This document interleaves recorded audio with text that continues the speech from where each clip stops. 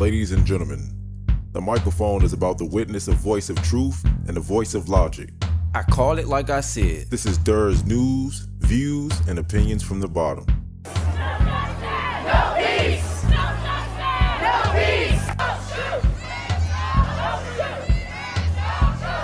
Now, coming to the mic, OneDurr. When is man going to begin to understand that worship among ourselves leads to vast disappointment due to the fact that no man is excluded from flaws, ladies and gentlemen? When is man going to begin to understand that messaging can be flawless compared to its messenger? I am a man who believes that man can be liberated by messages of prosperity. Words can move a nation and push the weak over high mountains. But it is those who elevate their admiration for the messenger from admiration to worship that can find themselves psychologically manipulated. Today, ladies and gentlemen, I want to begin by discussing the current controversies that are following Dr. Umar Johnson. Apparently, he's facing a situation in which he could potentially lose his psychology license. The details of who he is and what the controversy is, it's all over the internet, man. So I don't want to spend time dwelling on what's out there. I want to more so touch on the art of messaging. Ladies and gentlemen. The messages, ladies and gentlemen, the messages. See, I don't know if Dr. Umar is guilty of fraud or not, but what I do know is that there's a lot of problems within the black community that are perplexing. And to hear people like Dr. Umar expound on these perplexities with such conviction and logical reasoning, it helps weaponize my mind and alerts me of the beautiful lies and the compassionate threats that this American system showers my community with, ladies and gentlemen. Even if the allegations are true, his in-depth messages would just compel me to dissect the message from the messenger, because the messages bear great truth, even if ironically the messenger is deceptive. Now, that's only if the allegations are true, ladies and gentlemen. Only if the allegations are true. This country is becoming 1898 France, when Émile Zola published an open letter addressed to the president of France entitled J'accuse, which means I accuse. See, Zola, he accused the French government of framing Alfred Dreyfus for treason. But that's a totally different story, ladies and gentlemen. It's just that I notice in today's America, accusations are more powerful than actual facts. Accusations, ladies and gentlemen, are more powerful than actual facts. So that's why I say if the allegations against Dr. Umar are true. Man, there's so much going on in this world. So much going on in this world that it just makes you look up and say, is gravity selfish? Or is it our egotistical pursuit of wanting to be on the top that compels gravity to keep us grounded? Because the ego of man, ladies and gentlemen, the ego of man will find a way to distort the miracle of flying if man was ever granted to do so. Follow me. So when I look at this, the conscious community and the hood in which I reside, what I see is the same war, but just on different scales. One war is more intellectually fought, and the other is fought blinded with ignorance. But the commonality between the two, ladies and gentlemen, is the egotistical pursuit. See, we tear each other down right here in the slums. And now I see that we also tear each other down in the intellectual community. Dr. Umar has his flaws. His critics have their flaws. I have my flaws, and everybody around here have their flaws. But, ladies and gentlemen, building a consensus is the only thing that will save us as a whole. With the conscious community being the brain and those of the hood being the weapon, as a culture, I feel like we are the perfect soldier. But instead of banding the two components together, both components stay separated, like public housing from downtown, ladies and gentlemen. Now, hypothetically, the allegations of fraud when it comes to the money he's raising for his school is true. Hypothetically, it's true. My philosophy, ladies and gentlemen, is that when people set out to destroy or manipulate, or both, sometimes they don't realize the discrete loopholes of opportunities they create through their audacious intentions. Like Donald Trump, per se. But we'll get back to him. What I mean is that if Dr. Umar's intentions were to deceive, then my brothers and sisters, I personally was not deceived. I was actually indoctrinated by his messages. Now, I understand the argument of someone they may have contributed money and received no product. I understand the argument of someone that may have contributed money and received no product. I can understand their fury and their frustration. But this is where man gets things wrong, in my opinion. Hear me out. Man have a way of wanting the messenger of something to visually, spiritually, physically, and mentally replicate that message.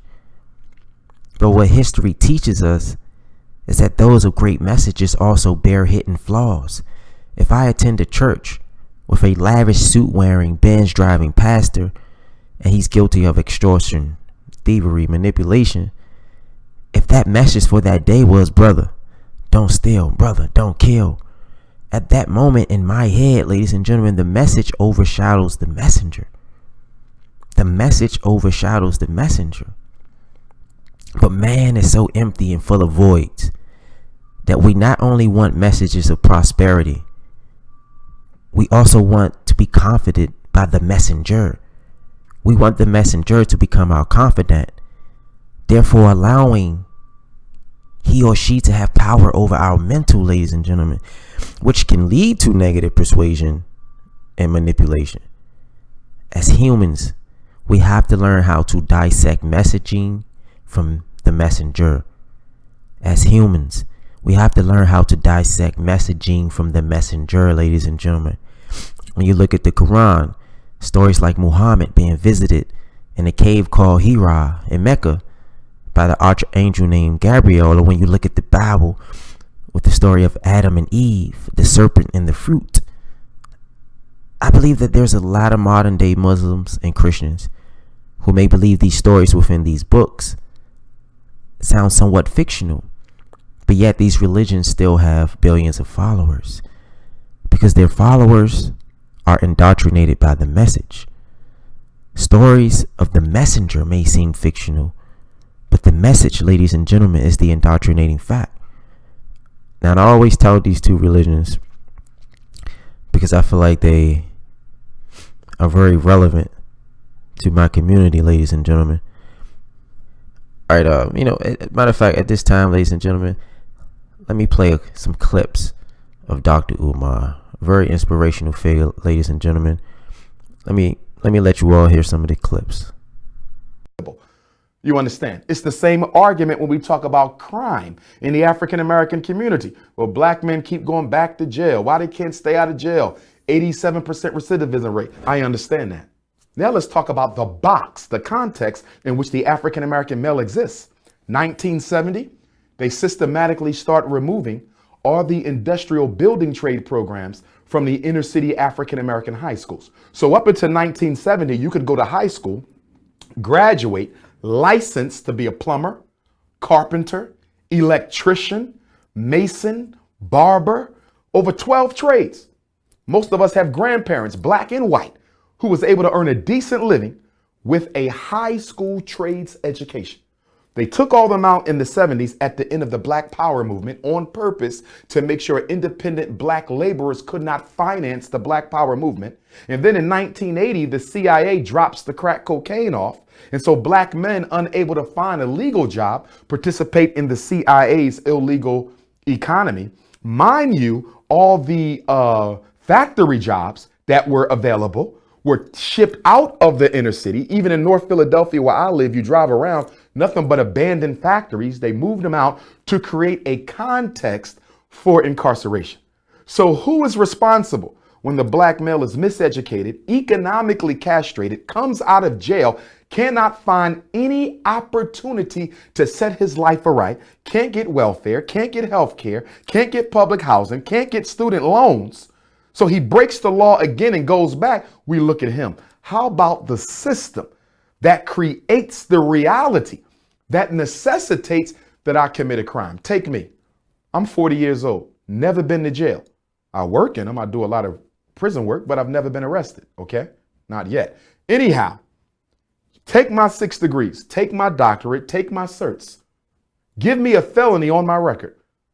I have 2 daughters.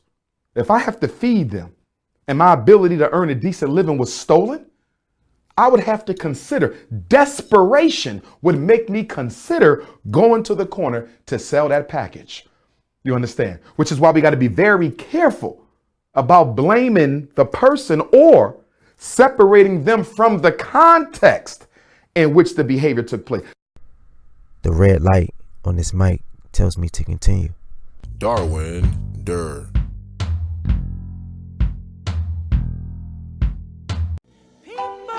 Make the world go round. Isn't that true, ladies and gentlemen? That people make the world go round. Those 6 words, to me, is the mastery of understanding existence, ladies and gentlemen. To understand that people make the world go round is the mastery of understanding existence. As human inhabitants, we were blessed with dominion over all other species, ladies and gentlemen. But for some reason, we appear to be the most lost. All other species functions innately. We're the only species who travels outside of our purposes. One thing that bothers me about this country in particular is the areas that our attention stays so vastly focused on. Every day I watch the average American converse about fruitless topics, educating themselves in those fruitless topics, but remaining somewhat ignorant to what's important. Remaining somewhat ignorant to what's important, but educating themselves in fruitless topics. What is America? What is America, ladies and gentlemen? How many people actually know what America is? How many people know things like the American government funding the Mujahideen during the invasion of Afghanistan by the Soviet Union? Mujahideen is the plural form of Mujahid, which is a term for one engaged in jihad, ladies and gentlemen. A lot of us is familiar with the term jihad. This is a group that later formed into what we now know as the Taliban, ladies and gentlemen. The Taliban was a creation of the Pakistani intelligence agency, but funded by who? The U.S. The U.S. provided roughly $3 billion to fund this Islamic group, ladies and gentlemen, by providing ammunition, which they forgot to keep track of after the Soviet war. So the U.S. was shocked to find that the weapons the Taliban was using against them was the same weapons that the U.S. provided. America funded its own enemies, ladies and gentlemen. America funded its own enemy, ladies and gentlemen. The green American dollar should really be painted in a hue of red to be symbolic for all of the bloodshed and misery it has caused, ladies and gentlemen. Just like they funded COINTELPRO, which was a series of covert projects conducted by the FBI, which targeted black activists like Martin Luther King and the Black Panther movement. What was the backlash of this program? In my opinion, ladies and gentlemen, COINTELPRO hit the black communities when we were at our most unified. And ever since the 60s, ladies and gentlemen, unity amongst blacks has dwindled. So instead of our culture assimilating and prospering with the rest of the country, we are still fighting in a perpetual identity war in the year of 2017, which in tomorrow will be 2018. Happy New Year's, ladies and gentlemen. Happy New Year's. The reason I'm bringing these subjects up, ladies and gentlemen, is because this country is the master of psychological warfare. They push to the forefront and place the brightest lights on all the social issues in the country just to distract Americans from things like our government funding terrorism and investing in keeping a certain community dormant. What community is that, ladies and gentlemen? The African American community. But where's the mind of the average American? Where's the mind of the average American? Somewhere pondering the outcome of a sports game, while the present day Mujahideen soldier uses his every second to figure out ways to kill us, ladies and gentlemen. Or while the North Korean child sits in class being taught to hate America, while the American child is being taught to fight over bathrooms and birth identities. So what's the score of the game, ladies and gentlemen? What is the score of the game? What's the score of the game? I'll tell you the score of the game, ladies and gentlemen. The score reveals that we're headed for a loss due to our blindness of importance. Donald Trump just announced in his foreign policy speech that China and Russia are now our rivals of economic dominance. Let's let that sink in right now. China and Russia are now our rivals of economic dominance. Not just another two superpowers, but they are now considered our rivals of economic dominance. Meaning that they are gaining ground, ladies and gentlemen. There's a huge dichotomy of how we're breeding our kids for the future and how other countries are breeding theirs. Let's pause for a minute. And I want to play this clip for you all. Check this clip out. Thanks. Nell Given Daly is a psychotherapist, and she joins us tonight. Nell, thanks a lot for coming on. Thank you so much, Tucker, for having me. It's a pleasure. So these are questions that didn't exist like 18 months ago. Homo sapiens have been around 300,000 years, and for the most part, it was kind of obvious who the boys and girls were.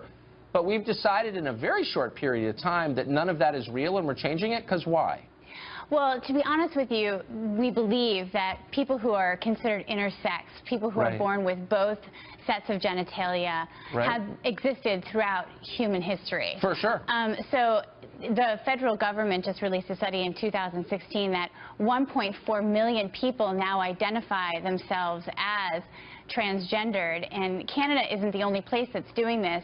Legislation was just introduced in Washington, D.C. and in New York over the past couple of months to also have parents have the right to, on a child's birth certificate, not just say that the child is male or female, but also X or unidentified. And so I think your other question, though, is should we give people the right to say we're going to raise a child as non-binary, meaning we're not going to raise a child as male or female, which is something that the couple in Canada is right, because doing. I mean there are legitimate, I think, medical situations, and you've just described some of them where, you know, it's an open question, and I would never deny that, and of course you want to respond compassionately. But that's not what this case is about. This case is about the idea that you get to choose what your sex is, which is a denial of biology. And there's also, and I think as a psychotherapist you'd agree, a cost to a child. If you say to a little kid, you know, I don't know if you're male or female, you decide, I don't think you're going to get a good outcome a lot of the time at all. That's why people have never done that through human history. You know, the couple that is, or the person who's deciding to do this with their child up in Canada, the point, I spoke to them on the phone, the point that they are making is that this child is a spiritual being having a human experience, not a human being having a spiritual experience. So it's actually a very spiritual endeavor. And what it's saying is that let's just let the child be a child, and eventually the child will decide what it wants to be, how much it wants to identify as a boy or how much it wants to identify as a girl. And this person is also saying that it's not that I'm not going to raise a child as a girl or a boy. I'm just going to say to the child, you just be a child, just be an individual for a while. Let's not have the government interfere with who you are. Let's not put a set of preconceived notions about who you are onto you. Let's just let you develop as a human being, and eventually you can decide whether or not you want to be a boy or girl or non-binary. Yeah, but you can't actually decide, and I'm for choice, and there are a lot of biological realities that I'm sad about, that I would change about my, no, I'm sincere, that I would change about myself, and so I'm not attacking anybody, but don't you think that biological reality matters and lying to kids and telling them, you know, actually you could be 6'7", or you could have blue eyes instead of brown, or whatever. I mean, those are lies, and it's never a good idea to lie to kids, is it? I don't think it's a lie. I think it's actually giving children more information at a younger age than we traditionally have. Right? So it's like, I'm going to give a comparison. It's like raising a child to not assume that they're heterosexual. Right? The way I've raised my children is to say, like, I don't know what they're going to be, and I'm not just going to assume that they're gay or they're straight. I just give them lots of information, expose them to lots of people. There's a difference here, because whereas, you know, we don't know a lot about the biology of homosexuality, we know a lot about the biology of sex, because we know that it begins on the chromosomal level. Like, there's a science piece to this that's being ignored by people who I thought believed in science. So that's why I'm a little bit confused. I don't think it's being ignored. I think what we're seeing, though, in the federal study and what's come out in terms of the Census Bureau is that if 1.4 million people don't identify with the gender marker that they were given at birth, we have to take note of that and say what's going on, that there's a fluidity about gender, and it's not necessarily rooted in biology. Why does that not extend to race? Tell me what you mean by that. You're going to have to explain that one to me. If I can say I'm a woman, why can't I say I'm a Chinese woman and be taken every bit as seriously? And I'm not mocking you. I'm making a sincere point, and it's a sincere question. What's the difference? You know, I think it's a great question. I mean, I think as we progress as a society, some of these labels that we're putting on things, and I can't necessarily go to the race question, although one of the things that I've loved about your program as of late is that you're really into this idea of having a more inclusive society and being less separatist in terms of race, that we should be more inclusive. And I think that that's what we're saying. We're creating a space at the table for people to be, to have optionality in terms of how they want to identify themselves. I have nothing against the gay community, ladies and gentlemen. But you mean to tell me that tampering with the minds of our children, which is our future leaders, which are those who will have to fight the wars of tomorrow against other children that are at this very second being taught to hate and to shoot an AK-47, is what our country should be doing right now? We have China and Russia gaining on us economically, North Korea en route to a nuclear weapon, Iran sponsoring terrorism, lone wolf attacks inspired by radical ideologies, basically the entire world wanting to see the fall of the U.S. empire like Rome in the late 4th century, ladies and gentlemen. And there's people in this country that want to tamper with the psychology of a child the day that it comes out of the womb. It is on that day, when the baby first exits the womb, that they truly encounter peace. For they have not yet met war and destruction, ladies and gentlemen. So why tamper with that child's psychology? This is not meant to bash anyone nor offend. It's just that I'm seeing, like anyone else who may be paying attention, that the rest of the world is preparing for a distant battle. But the U.S. is too busy in the mirror applying makeup, while others are smothering their faces in mud to camouflage themselves for the attack. If we continue to soften our children, then who will be the hard pillars that withstand the hard wars that are to come? OneDurr.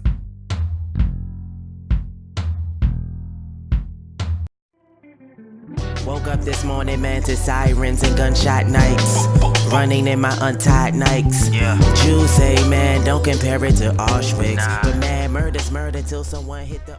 That was one of my songs, ladies and gentlemen. A song of mine is called Doors from Nescience. Doors from Nescience. As I stated, I do hip-hop. I'm a hip-hop artist as well. My YouTube music page is OneDurr. It's endless free music on there, ladies and gentlemen. Almost 200 songs recorded. All of it is primarily hip-hop, but some of it covers other spectrums of music like pop, rock, electronica, and so on, ladies and gentlemen. But the hip-hop on there is exquisite. It's very, very indoctrinating, captivating, true stories of my environment. Not everyone in the hood has the luxuries of making a lot of money off of selling drugs, killing, gangbang, and things of that nature. There's other aspects to the hood, ladies and gentlemen. And I touch on those aspects within my songs. What does nescience mean, ladies and gentlemen? Nescience means lacking knowledge. So the name of that song, ladies and gentlemen, was called Doors from Nescience. Anyway, ladies and gentlemen, let's switch gears here, ladies and gentlemen. I want to briefly touch on the union between two, ladies and gentlemen. The union between two. Someone may be asking, well, why? Why switch gears to this? I believe it's important, ladies and gentlemen. I believe the union between two is important. This show is opinion based, and that's just my opinion. You know, some people like to have multiple women, multiple men. I believe in the union between two, ladies and gentlemen, because every night, every single night, ladies and gentlemen, the other half of my bed that I lay in is graced with a young woman who has chosen to enter a partnership with me, physically, mentally, and spiritually, ladies and gentlemen. And this agreement makes us a union. And I used to be the guy who believed in polygamy without even knowing that polygamy was the word or adjective of my belief. This world is graced with many women, ladies and gentlemen, to whom facial architecture is deemed beautiful by man. But who made man the classifier of beauty and ugliness? To say that someone is ugly is to dispute anatomy. To say that someone is ugly, ladies and gentlemen, is to say that life made a mistake with them, but not with you, when both has gone through the same process of conception. The only thing that classifies a person as beautiful or ugly, ladies and gentlemen, is the soul. I watch so many men and women chase the architecture of a face versus the makeup of a soul. And as a result, they never encounter true love. There was a time in my life when I was chasing relevancy. I wanted the fly clothes, the fly cars, everything that would make me relevant to the eye of another. And chasing relevancy, ladies and gentlemen, what I noticed is that I wasn't building myself. I was building voids. I was creating more voids within myself. And that is why I needed the company of so many. I needed the company of so many, ladies and gentlemen, because I was creating voids instead of abolishing voids, ladies and gentlemen. I don't know if that makes sense to you, but chasing relevancy and seeking the companionship of so many, you open yourself up to the self-creation of voids. Sex is amazing. I agree. Sex is amazing. But let's examine what sex really is, ladies and gentlemen. Sex is temporary pleasure. Love, ladies and gentlemen, is a forever high. The human body will only function for so long. It's the way that we're designed, ladies and gentlemen. So when you reach that age when sex is no longer a capability of yours, then what? Loneliness, ladies and gentlemen, will be the occupant of what's left of you, because you never formed a union or partnership with another. Many may hear this and debunk my notions, but they can't debunk the fact that I feel connected to someone versus rejected by someone. They can't debunk the fact that my money, clothes, or status did not grant me to be accompanied by a beautiful being inside and out. See, our connection was natural and based on nothing but entwined purposes, ladies and gentlemen. Now, if the fall of us was to ever come, like Rome in the late 4th century, at least we can say that we've encountered true connection versus temporary pleasures offered by sex, ladies and gentlemen. You see, sex is easy. And I think that that's why it's so polarized the way it is. Sex is like having the answers to a test already. Love is complex, and it really takes hard work. And hard work is becoming absent, ladies and gentlemen, in the world due to technological advances. The mind doesn't have to work the same way that it used to, ladies and gentlemen, because of technology. So therefore, hard work is being mitigated to a smaller level. So when something as complex as love presents itself. People view it as too much work, and they rather have the answers to the test already. Look, ladies and gentlemen, I only outline in these podcasts things that help me understand how to become a better person and more aware of this world. And I sit here and I share my thoughts, my perspectives, because I know that there may be other people out there who think along the same scales as me. I don't expect everyone to embark on the same journeys as me to reach understanding. However, ladies and gentlemen, stopping the fruitless activities that I used to partake in, becoming a one-woman's man, ceasing the alcohol and drug uses has really shown me possibilities that I once thought were impossible, ladies and gentlemen. So when I say that I believe in a union between two, I understand that this notion may not be for you, and that's cool. I understand that. So there's no need to bash nor respond in a negative manner, because I understand that everything I'm saying may not be associated to you, or it may not work for you. All I am doing is explaining how this broken man became whole. You see, a great African American successful man said, "Fail big." That man was Denzel Washington, ladies and gentlemen. Fail big. That is why I'm willing to take chances with love versus lust. That is why I get on this mic and let this red light tell me to continue. That is why I have a book in its publishing stage without any professional writing credentials, ladies and gentlemen. It's all because I'm willing to fail big. This is all how a broken man became whole. Take chances professionally.